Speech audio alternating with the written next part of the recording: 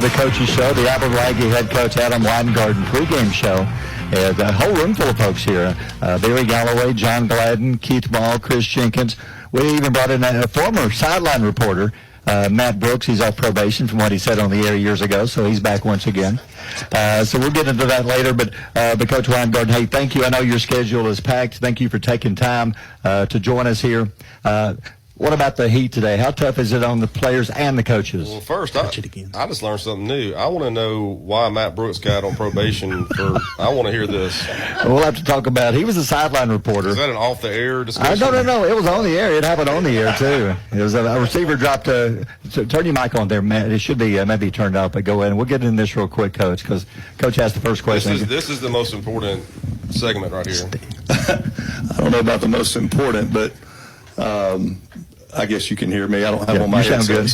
So a few years ago, I got thrown to the sideline when Gill, it was probably raining or something one night. Yeah. He refused to go down to the sideline.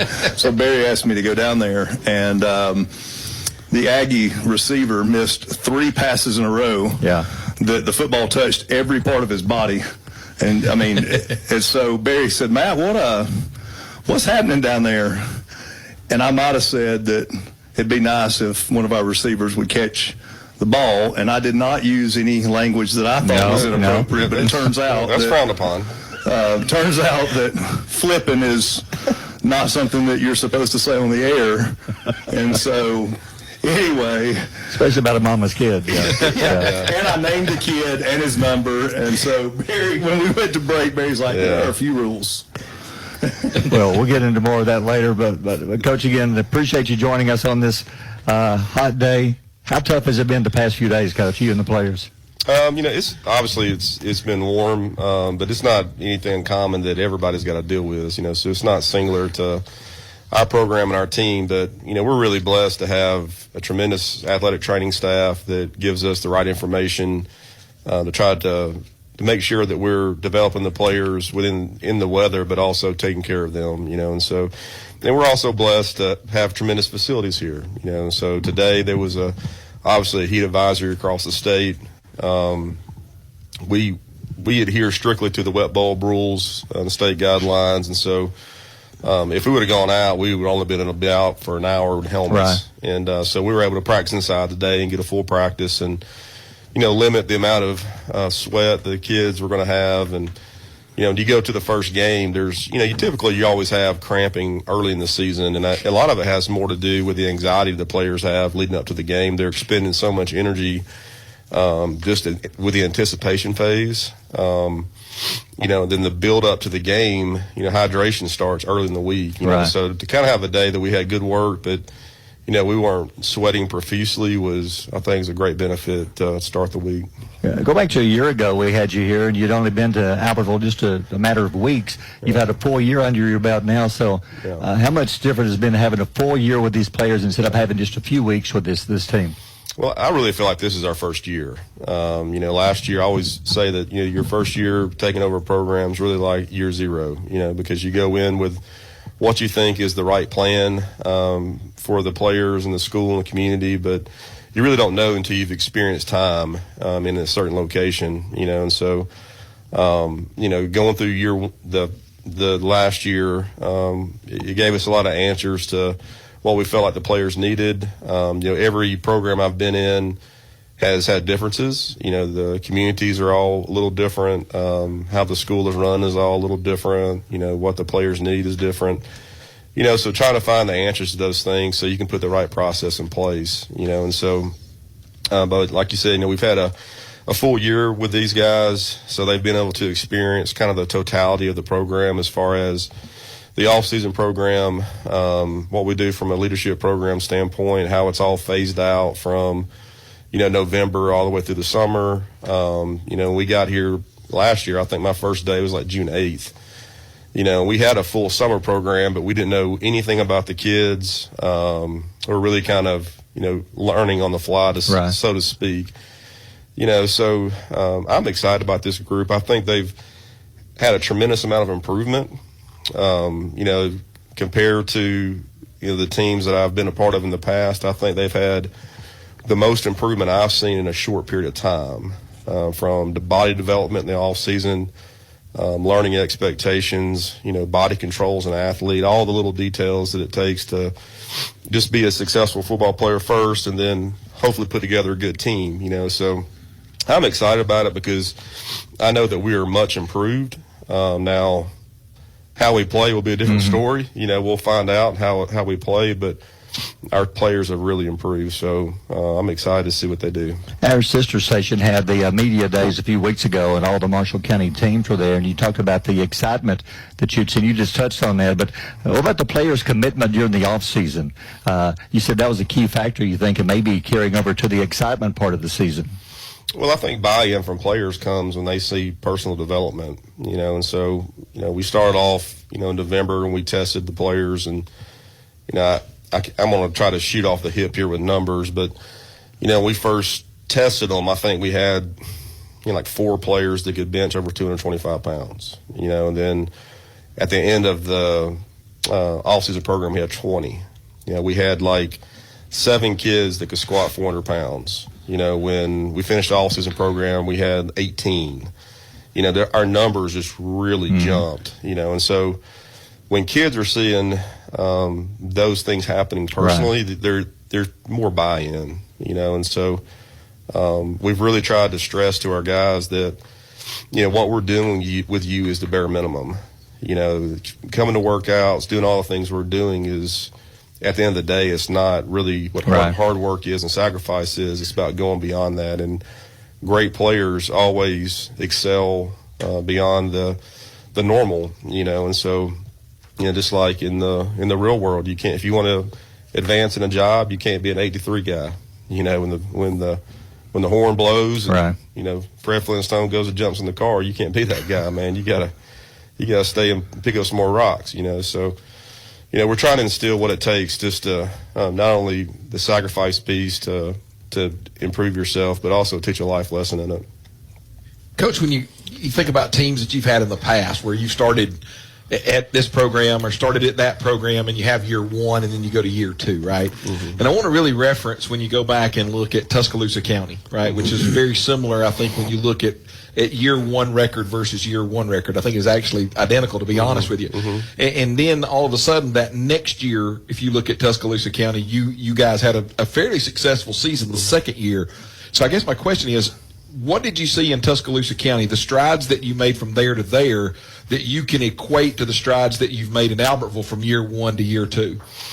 Well, I think both of the jobs are similar in some degree, but very different in others. Right. Similar in the aspect of kind of what they had, both schools had dealt with in the past. Like when we got to TC, they had not had a winning season in 10 years. When they got into the 7A deal, they were pretty much getting dominated. And they had a lot of years where they may have won 1, didn't win any. And it was kind of the same as far as, like, we got there, in the off season at some point, and it was kind of like a year 0. And then going into the next year, we really had a pulse on what the team needed. And we really felt like it was important that we gained competitive confidence early, that we had enough pieces. Our kids just need to learn how to compete at the right way and understand that we don't have any excuses. And mindset flip is always the key to any of these jobs, whether it's a situation like there or if you're going, let's say, when I was at Fairhope, they had winning seasons, but they hadn't really advanced deep in the playoffs, and there were certain teams that they struggled with. Well, there's a mindset hurdle there too, right? So usually that's always the big ticket. What I would say is we have pieces to be competitive.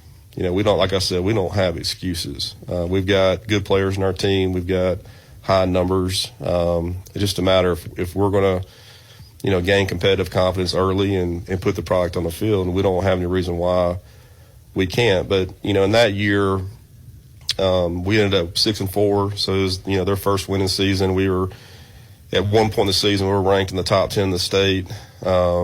We were playing Vestavia in the last region game of the year. If we win that game, we go to the playoffs. So it was a huge jump from them from where they were to that standpoint. But, circumstances are always they're all relative, and so I think they're similar in some degree. Both places is similar in that aspect, but very different in others. The amount of resources we had there compared to here don't compare. The alignment of leadership there to here doesn't compare. So there are a lot of things that are different, but there are also some very similar things as well.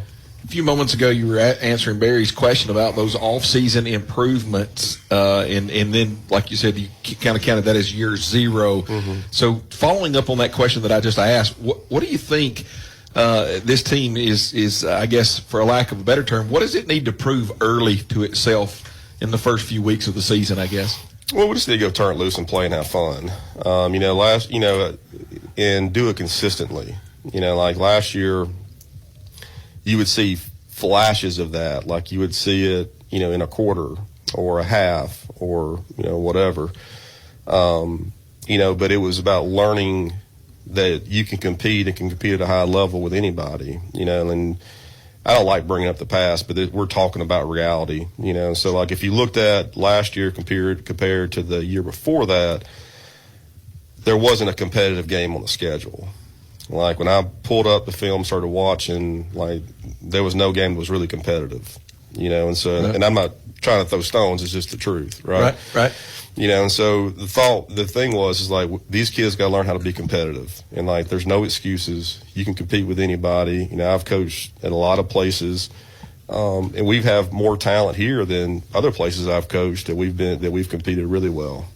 So it's such a mindset thing.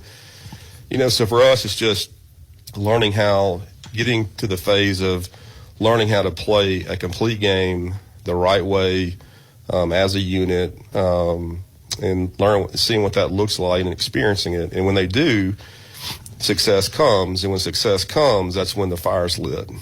Right. And so I always say it's kind of like Bruce the shark and Finding Nemo. He finally tastes the blood, That's kind of where we are. We just need to taste the blood a little bit. I think we'll be all right. And welcome back to Power 107.5, the Albertville Aggie head coach Adam Winegarden preview show. Again, Coach, thank you so much. I know you've had, since day one of practice, a busy time. So we're going to ask about coaches. What about during the off season? Are there any new faces on the coaching staff this year you want to talk about? We got several. So Coach Antonio Ford, he goes by Tony. He's our defensive coordinator. I've known Tony for a long time and been friends with him for over 20 years. First met him when I was coaching in Georgia, and I was working camps at Alabama, and we became really close friends. And always said we were going to work together. And when I came to Alabama, we worked one spring together, and in Tuscaloosa, and then I took the Fairhope job. And then when I left Fairhope went to Auburn, we hired Tony at Auburn. And so we were there together our whole time there. And then when I went to Tuscaloosa County, he came as our defensive coordinator, and he's just, the Pied Piper of kids. Like he's so good at connecting with kids and motivating kids, and he's fantastic. So he's our defensive coordinator, and we're really blessed to have him. He's also running our strength program for our school. Hired a young man named Noah Smith.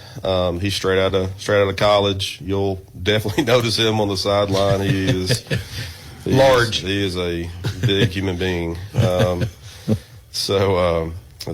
I was at the institute.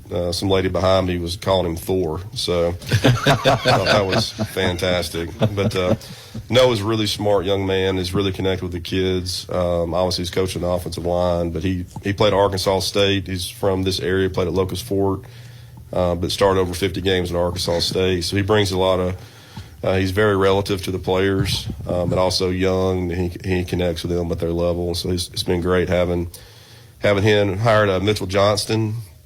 He was a longtime coach at Arab, is a veteran coach, and he's working with our secondary. His wife also is a teacher in our system, and he's been fantastic. And he's a veteran guy that really gets it. Tremendous teacher of the game, and so just having his knowledge and on our staff's been really good. Pat Callahan, he's used to be at Albertville, I believe, was DC a while back. I believe he was recently at Boaz, but he's come over and is coaching our corners. So matching, Mitchell and Pat together has been really good for our kids. I've seen our secondary just improve so much from a technique standpoint, communication standpoint since they've been on staff. All that's been really, really good. I hired Daniel Nolan. Daniel's also an Albertville guy, but had been down in the Fairhope area coaching at St. Michael's. And he's working with our running backs and brings a lot of veteran experience. He was also an offensive coordinator at Gulf Shores, and so he knows a ton of football. Right. So having him has been really, really good. But so is that 5 faces I just said? Yep. So 5 new guys, but our staff is really strong right now. So I really, really like where we are with that. Coach, the other night, Aggie Nation night was fantastic. I thought everybody showed up. Albertville really came out and showed the kids that we're excited. Everybody around town super excited about this year, and it was great. I mean, the numbers, like you talked about earlier, look, it was awesome. I mean, and you got the little ones all the way up to the seniors. So it was a very, very cool night. But what caught my attention was I counted. Now that's me counting 24 seniors. Correct. 24, 25, right through there. Couple of years ago we had like 5, 6, so that's great to see. Talk a little bit about those seniors and their buy-in to try to move this thing on forward, move this thing on down the road. Well, they're critical. I mean, your senior class, and then any underclassmen, they're going to be leaders. I mean, they're definitely critical. And I think the biggest thing for them is they want to be able to create a legacy of the other classes want to follow. That the saying of people are going to remember how you were treated more than what they saw you do, I think is really, really true, and so, but they've been really good. I mean, I think they've been tremendous leaders in the off season. We took them on their leadership trip in July, and I thought they had some really mature things to say about this year and what they wanted to accomplish as a group, and so I think sometimes it's tough when you haven't had other groups to really follow. Like you mentioned, that there may have been 5 or whatever at some point. Right. So they can be the new trendsetters. Sure. John had mentioned about TC, and it was very similar there too. Like the senior class in that second year really took kind of the bull by the horns, and they were like, "Hey guys, we're going to be the group that's going to be different." And so they've got to have that mentality. So I think that piece of it's really key for us. I think you've got some special kids right there, and I know you know that as well as I do. What about maybe some underclassmen, a couple of underclassmen, they were sophomores last year, that have really taken that next step? Now, you may not want to name names because there may be a couple of guys, but do you have any in mind that have kind of taken that step that might be a guy that we're looking for this year, that's going to count on this year that we really didn't last year? Well, I think Ginsley Saran is probably the first one that comes to mind. He's everybody calls him G-Man, but he'll be our main running back. He's also one of our best wrestlers in the school, but he's one of those kids that everything lines up for him. He's great in the classroom. He's tremendous in the weight room. He's a great teammate. Like everything lines up, and so. Your players that really play at an elite level, they have all those traits. They have a sense of excellence in doing right in all areas of their life, not just on the field. There's not really a rarity of, this guy's a great player and a great athlete, but yet he's not good in those other areas. Eventually, those things catch up with him. Right, and so the biggest thing you're looking for with kids is, consistency in everything you're doing, and he's one that really sticks out in that area as an underclassman. Bray Patterson's another one that I would put in that category that really has stepped up. I've seen him, when he hit the off season, he had a different gear about him, what he wants to do, and we got several kids that are like that. The best part about our team is the kids. We have our immaturity issues just like anybody would because they're teenagers, right? But overall, they've been a really easy group to coach. If you ever come watch us practice, I'm not upset a lot. I always tell the kids, my behavior matches your behavior. If you're coachable and you're working hard, I'm gonna be able to teach you and be a certain way, but if you're not, my demeanor's got to change, you know. And so far they've been really easy to coach, and I think it's because we got a lot of kids that fit that description we were just talking about. Well, Coach, talk about some of the players maybe that haven't played the last 2 years that came back to play this year that might help the team. Yeah. Well, I wouldn't know the year before, but, you know, two guys we've had come out. Sailor Waldrop has come out. Braylon Ball's come out. You know, Sailor's got a chance to be a really good player for us. He's playing on defensive end and also can swap over and play, you know, tight end, and he can play on special teams. You know, Braylon's playing linebacker. I think he'll get some snaps there. He's also on a lot of special teams. I'll tell you a kid that I've been really proud of is Christian Ramirez. Christian is a young man that came out in the spring, and he was a defensive lineman. And, you know, in the spring, everybody plays two positions. And he was playing defensive line and offensive line.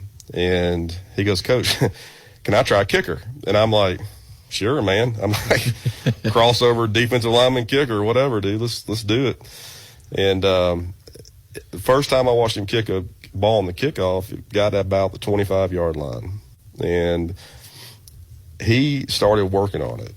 And he has worked all summer. Like, he's probably one of the hardest working kids on our team.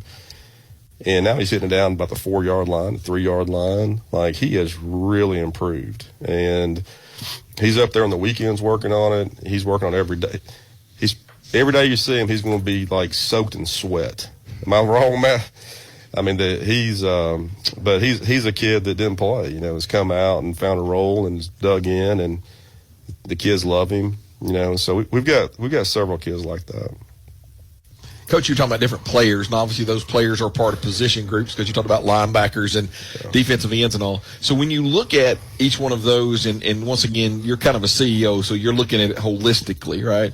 But then your position coaches obviously have what they have with their unique groups. In your estimation or in your thoughts of, and I've been in practice with you where you rotate amongst the different groups to see what's going on all the time, what do you think is the position group that through the off season, coming through fall camp, has really taken a big step forward as an entire position group?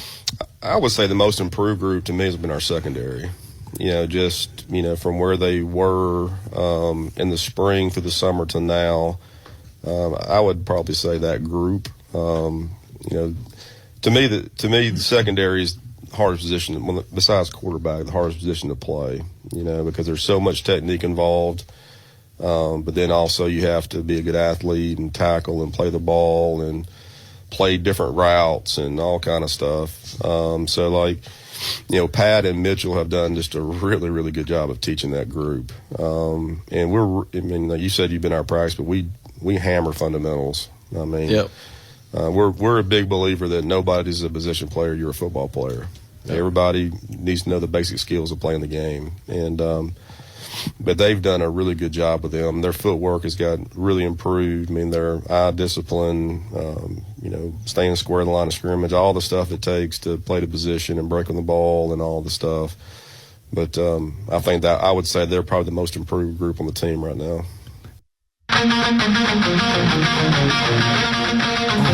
And welcome back to Power 107.5, the Albertville Aggie head coach Adam Winegarden preview show.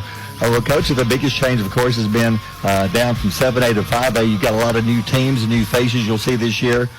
You've got Douglas, Fort Payne. You're going to Boaz Arab. You played them again. This time you're playing them in the region. So what about it? You got to feel good about the different teams you're playing. Is there some excitement among the players about, hey, we're playing some teams that more local, more people we know, maybe some of their friends? Yeah, I think that's what makes it fun is when you have you know, local teams you're playing, and you know, we're at media day. You know, we're crossing paths with all the kids, and they all know each other. They're talking, and you know, so all that makes it fun. You know, and so. And then it also allows us to do different things with our schedule, you know. And so when you have a lot of those that were previous non-region games, now region games, now you can go play other people there too, you know. So I think it's all good. So, yeah, we're all excited about it, and I think it's a great fit for where we are. Is it more work for you seeing teams Albertville hasn't seen in the past few years, so there's no no film, no nothing on some of the teams, like Paul Bryant coming up, first game. Yeah, we have some familiarity with them because we played them a lot when I was in Tuscaloosa. But I mean, that goes both ways. I mean, there's not a lot of familiarity with us either. Sure. You know, so I think it goes that part of it goes both ways. But in football, there's only so much anybody can do. And so we'll take it one game at a time, and everything's a one-game season. So we'll play this one, and then we'll worry about the next one the next week. Coach, I know you probably don't want to talk about you here tonight, and would rather talk about the season of your kids. But I was kind of thinking about this earlier. How did you get into coaching? And were there some coaches that were big mentors in your life that make you want to go down that path? Well, I knew early that I wanted to be a part of something team related, whether it was coaching or being in the military or something that has some purpose, some challenge, but was also part of a team. Without getting into my whole childhood and all that, being a part of teams were really important for me. So I grew up and played just like most kids in our area. You played everything. When one season was over, you went to the next one and played that sport. And so I was always a part of a team. And so I have somewhere, in a storage unit somewhere. I have playbooks that I made when I was in fourth grade. And so I was always enamored with it. So I always wanted to do it. Some of the people that were, the biggest mentors to me were coaches that were father figures, and some of them I'm still in touch with today. And my dad wasn't a coach, but I hung out with coaches' kids. And so I spent a lot of time in the gym with them and their families, and in the field house with their families, and was something that was always in the back of my mind that I would want to do. And so that was probably the initial fire with it. And then when you're getting in college, you're trying to figure out what you're going to do and all those things. But it's been a journey, but it's been a lot of fun. It's really been what I've always wanted to do, so it's been good. So, Miss Winegarden, obviously behind every good man, there's a great woman. That's what I like to say, right? Especially at my house, for sure. Jana must be listening. She probably not, to be honest with you. But with that being said, obviously now kind of in the community, your daughter, a national championship cheerleader from Albertville now. Just talk about your experiences, not only being here in Albertville, but also being the head coach's wife, and you realize that the buck stops with him a lot of times. But just kind of your perspective. I'm sure a lot of moms and wives would like to know the perspective of the head coach's wife sometime. Okay. Albertville, it's been great. It has. It's been a good experience. Andy Kate has clicked right in. I do think that has a lot to do with when you're a coach's kid. We have moved quite a few times over the years. And we moved her at a hard time because she was 15 and not excited. And we knew coming in that it had to be a fit for her. And honestly, that was kind of the selling point, was making sure that Albertville High School was going to be a good fit for Andy Kate. Right. Because she was going into her freshman year. We wanted her to be able to be somewhere where she could be for 4 years and graduate here. And so when I met with Mr. Hudgens and he gave us a tour, and Andy Kate was in Washington, D.C. and had no idea any of it was going on, I knew I had to approach her with a seller mindset. Like, I got to sell the car, and she's got to be excited about it. And we were able to do that, and she's had a great transition, and it's been really good for her. That's been great. As far as the community goes, I mean, we have lots of things that we can compare it to, but I don't really like doing that. It's been awesome. I mean, they've embraced our family. They've been welcoming.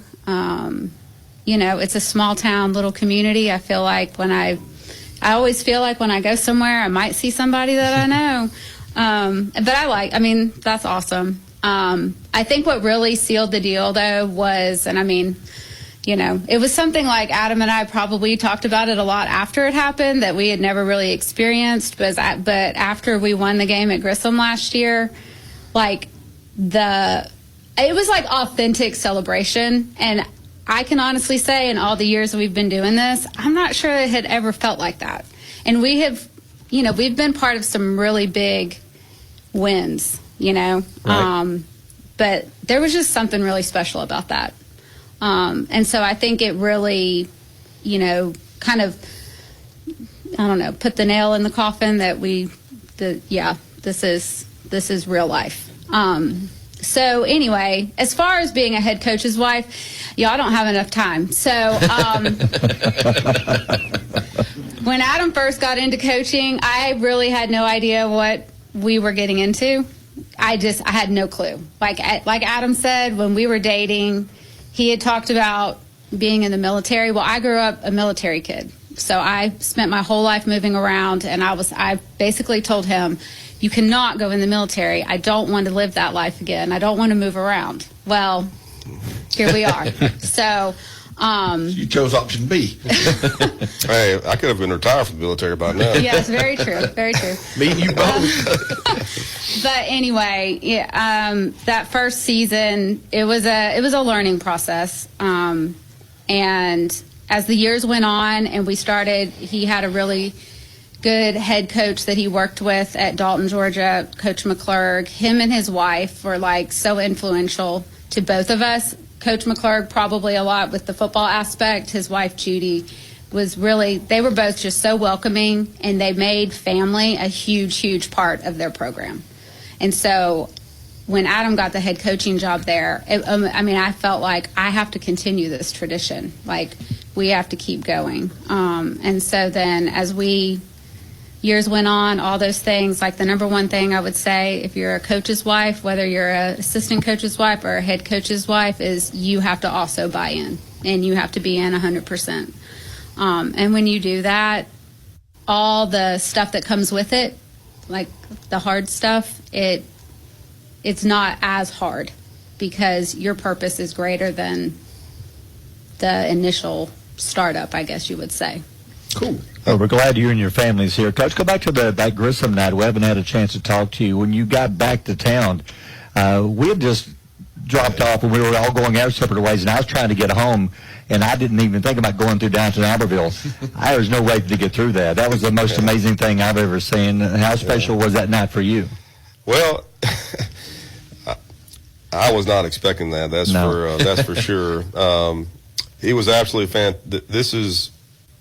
My experience with it was different because we were in the first car coming through downtown, and that was tremendous. That was something out of a movie, honestly. But my mind is thinking, okay, what's next? We got to get the kids back in the field house. We've got to get their equipment up. We've got all the post game things you got to do, as a coach. So we get to the field house. I knew the buses are right behind us. I'm like, we're waiting. And we're waiting. And I'm like, guys, where are the kids? Partying. And they're like, well, Coach, they got off the bus. I'm like, they did what? They're like, they're all downtown. I'm like, well, how are they getting back? And they're like, but every one of them had a signed permission slip. I guess they're walking. I'm like, oh, my Lord. I'm like, all right. So I didn't get to enjoy all that. I was waiting for the kids to get back, and that was a long night. I will say that. But no, it was really, really neat. I'll tell you what's interesting what Ashley said. This is a small – she said Andy K was in Washington, D.C. So I told Dr. Reeves I was going to call him at I don't remember the exact time. Let's say 3:15. I said I'll give you I'll be able to call you at 3 o'clock or whatever, and let you know if we're going to take the job. But I promised that I was going to talk to my daughter first. Well, I couldn't get in touch with her, and I said I would text Dr. Reeves, I need to push this to 4 or whatever. I need to push it to No, you kept pushing it back. I kept pushing it back. So I think on his end he thought I was wavering, but I wasn't wavering at all. I was just waiting on AK. Waiting for the green light. Waiting to talk to my daughter about it. So it made that Sunday afternoon much longer. Welcome back to Power 107.5, the Albertville Aggie head coach Adam Winegarden preview show.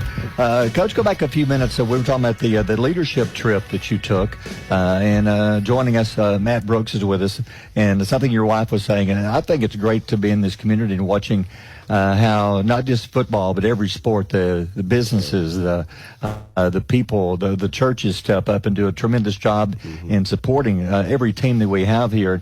And I'm proud to say that Life Point Church, Matt's worked with us for years. We were kidding earlier about being here as our sideline guy, but Life Point has always done a great job stepping up and embracing the community and helping the community. And Matt, Life Point, you were talking like every Thursday. The Aggie football team pretty much hangs out there. Yeah, every Thursday, and that wasn't our idea.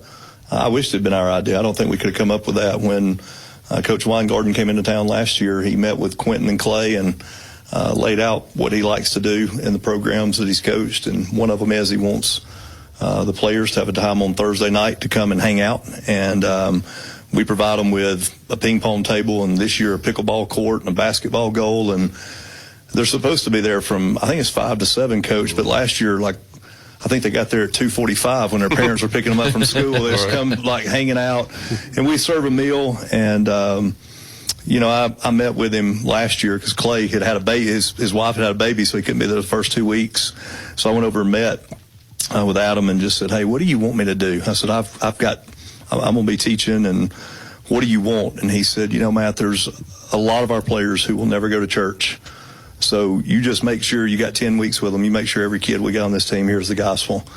And, I was like, well, I could go with that idea better myself. So it's been an honor, privilege to be able to do that. We had a great season with it last year.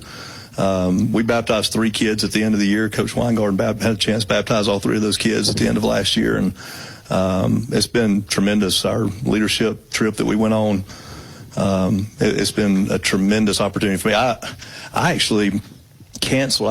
Had some guys invited me to a trip to Montana in a couple of weeks, and I told them, I said, guys, I can't go. The greatest thing I'm doing in ministry right now is what we do with the football team, and I really mean that more.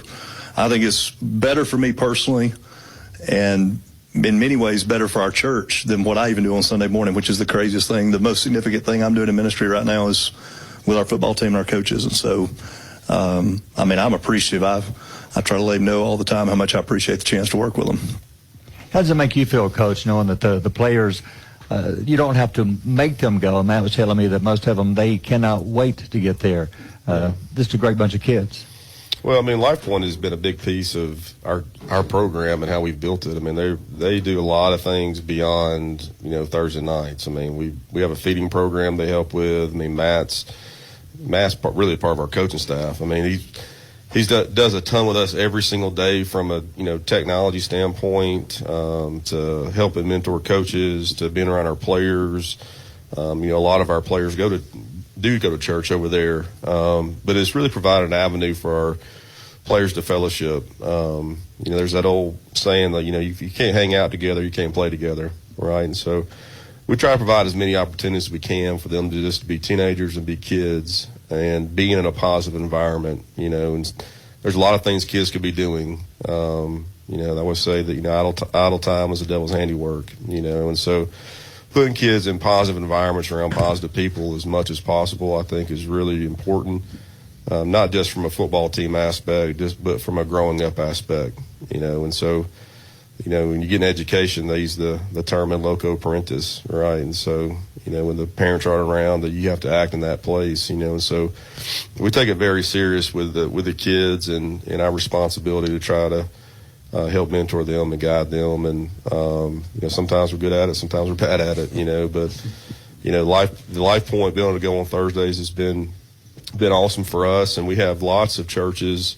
Our community is fantastic. We do a program we call the CARE program, where every Tuesday we feed our players after practice, and we have a different group that feeds them and speaks to them. And we have, a number of churches that volunteer to do that, and other groups, civic groups that do it. Dustin T and his group, they're doing it actually tomorrow after practice.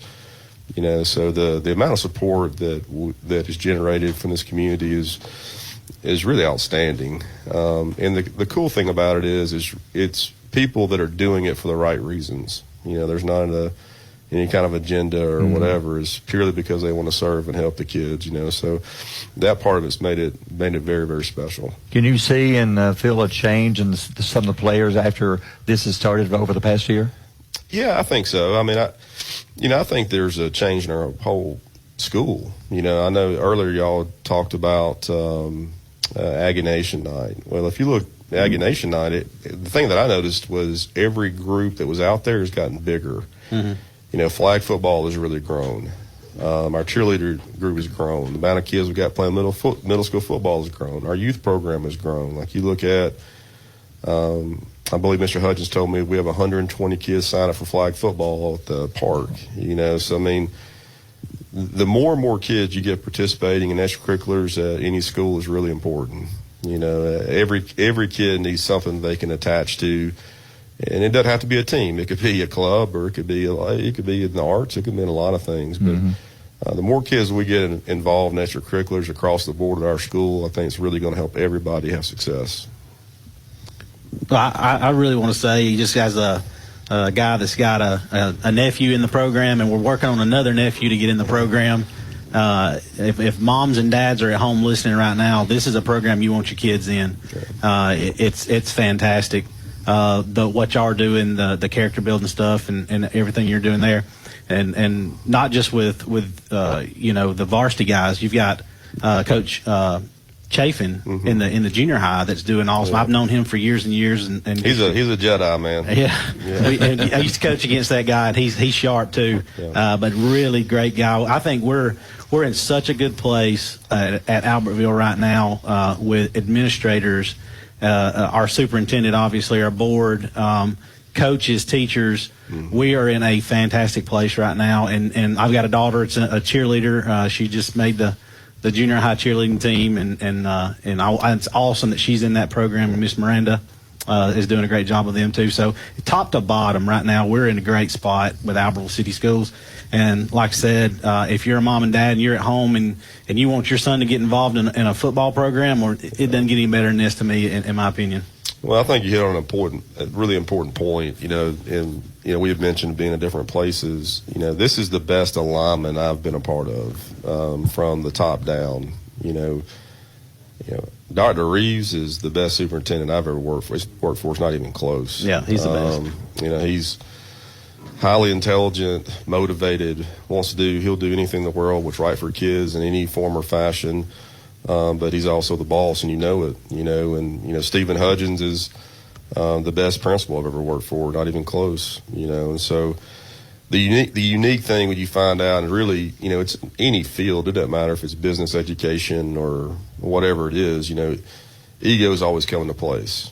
And so you can have a driven leader, but if their mindset isn't about the right things, or the heart of it isn't the right things, and it typically doesn't work. And we've got a unique combination of people in charge that are not only really driven to do well, but man, it's all about kids. At the end of the day, that's all it's about. When you have people like that, man, everybody bands together, egos go out the door, and everybody works in the same direction for a place to improve. And man, I'm just telling you, man, the sky's the limit at Albertville. You got to think big picture, dream big. Man, the sky's the limit. There's nothing that this place can't get if we just keep taking the right steps and having the right people in place. You were talking about a place to plug in, right? Whether that was sports or somewhere else. It probably doesn't hurt when the opponent gets in front of the Aggie band and those jokers, all 300 something of them, start bailing in there. Right. Because I remember last year there's numerous times where the wide receivers or anybody that was on our sidelines, they're looking at the quarterback like putting their hands up, like you're talking and your mouth's moving, but I have no idea what you're saying. So you talk about, I'm just excited. My biggest excitement this year is just the whole concept. I mean, think about that. You got the Aggie band, you got national championship cheerleaders down there, and then an improved product for football. I mean, it's just going to be, I think it's just absolutely sky, to your point, sky is absolutely the limit of what we can do. And that's not to disregard any of the other programs, but especially on a Friday night with all three of those pulling in the same direction and then the community getting in there. Quick question for you. So, because I've heard it, does the band really play a role when those guys get down there in front of them from the other team? Oh, 100%. 100%. I don't know why I've been this way, but I wear a 2-eared headset, so I typically don't hear anything anyway. I remember somebody was talking about the day when I was at Troy, we went and played at Iowa, and there was 85,000 people there, and it was the same for me. All I could see was on the field. But it does 100%. You know, everybody plays into the environment and having a chance to win. You know, the band, the cheerleaders, the student body, you know, everybody does. And the unique thing about Friday nights is, that makes it special to me, is you think about where else will 5,000 to 10,000 people show up for an event that is all being run really by teenagers and kids. You know, you've got 300 plus 400 band members, you've got cheerleaders, you've got SGA members helping, you've got all kinds of clubs working, you've got football players, you got all these kids that have done all this work throughout the summer and the off season to prepare for their role, and then you have all these people come and support them. You know, and there's a lot of juice there, man. You know, you get that. To me, that's what makes it unique and special. And then, you know, when you have success, everybody needs to enjoy it together. Let me ask you another one, Coach. Of course, you want to win Friday night, but what's going to make you the happiest when you leave the field, going from the first day of practice to what you see on the field Friday night? Is it going to be the improvement of the kids? What's going to make you the happiest Friday night? Well, I don't expect the kids to play perfect, but I expect them to give everything they have, you know. And so, you know, I always say the year's like a math class. You know, you have chapter 1, you get ready for it, you take the test, you learn from it, you go to chapter 2, you know. So, like, you know, I'm excited about see where they are, but I also know the reality of what a football season is. And you want to be playing your best at the end. So there's always a starting point, you know. So, you know, I think the first game is going to answer some questions as far as, like, all right, what really is our team? But really for us, it's just I want to see them play a competitive brand from the moment we kick it off to the moment we end. And I don't expect them to be perfect. You know, we're going to make errors. But I expect them to compete in the right manner for 48 minutes. And if we do that, I think I'll be satisfied after the game. So, how good a feeling is it to walk on a field that beautiful and on a Friday night and look and know that you're blessed to be able to coach young men on a night like that? Yeah, man, I love our setup, man. We've got a great stadium, and it's only going to get better in time, you know, with the things our school system's doing. But no, We've got all the bells and whistles, man. We have nothing to complain about. I promise you that. So I'm excited about it. And the best radio crew in the state too. 100%. led by the GOAT. Hey, himself. listen, it was a B+, and then y'all got rid of Matt Brooks. It became an A+. Okay. One quick question for Keith. After a loss, how tough is it to talk to Keith after the game? I mean, that's got to be a tough interview. Yeah, I'll be honest with you. Like, this is not coach speak. This is really true, man. Like, I don't get wrapped up in all that. Yeah. Like, my mind is always about, like, what do we have to do next? Where we are, what the kids need to hear. How do we really play? How we need to improve? And that's whether you win or don't win. You know, I mean, like, that's all the same. You know, so to me, our job is simple as coaches. Our job is to make the players better. That's how simple it is, you know, and that's the job no matter where your team is, you know, and so really that's where my mind always is versus really because you can go out there and win a game and not play well, or you saw a bunch of issues in the game, and like, you know, my thing's more about how we play and how we behave and all the things that we should do to be the best we can be. All right, well, real quick, if you ever don't want me to interview you, just give me a look and I'll go away 100%. No, it's all part of the job, man. We're all good. Well, I was going to brag on Barry for a second. I don't know if everybody's aware, but Barry, will it be the fourth game in? Barry will actually call his 400th game this year. Man, that's awesome. I've been doing it since. I know Barry now. He's going to be the Fort Payne game. He's going to kick me in the rear end because Yeah. Barry does not want any attention on him. Okay, but that's pretty incredible. He's been doing this for how many years now? It was 88 when you started. Yeah, and this guy does not miss a ball game, and it's not a joke. He's gone through some things, and he's still been there on Friday night, some serious things, and he's still been there for us and for the team on Friday night. So that's awesome. Somebody to do that, to go through some of the things he's gone through and to be there consistently, and we call him the GOAT because he's about the best I've ever seen on the radio or heard on the radio. So I just wanted I want to throw that out there, Barry. Well, I appreciate We got to have a celebration that night, my man. Yeah. We're gonna have to come up with a little something for Well, you. it's like y'all always tell the guys, it's about the kids. It ain't about me. One of the first games we ever did, Coach Maccabee, after the game, I went to interview him, and he said, "Hey, let me tell you something. You did a pretty good job, but." He said, but you can do better. He said, it's not about you. You're not on ESPN. You're on a freaking AM radio station. He said, brag on the kids. Yeah. That's what he said. Yeah, Coach that Matt was right. Brooks and Coach Maccabee, yeah. He's not going to make it to 400 games. It could end at 393. So let's rewind that. Was he coaching then? He was. So he went back and listened to the radio broadcast? Yeah, he did, because they would replay it on Horizon the next morning. So he said, here's one thing, it's about the kids. And ever since then, I've always remembered, it ain't about what we do in the booth, it's about the kids. Yeah. That's right. I'm going to hit him up about that now. He comes by the office all the time. So. So we appreciate what you do, and you're moving the family here, and we hope you're looking forward to Friday night. We're ready to roll. Trust me.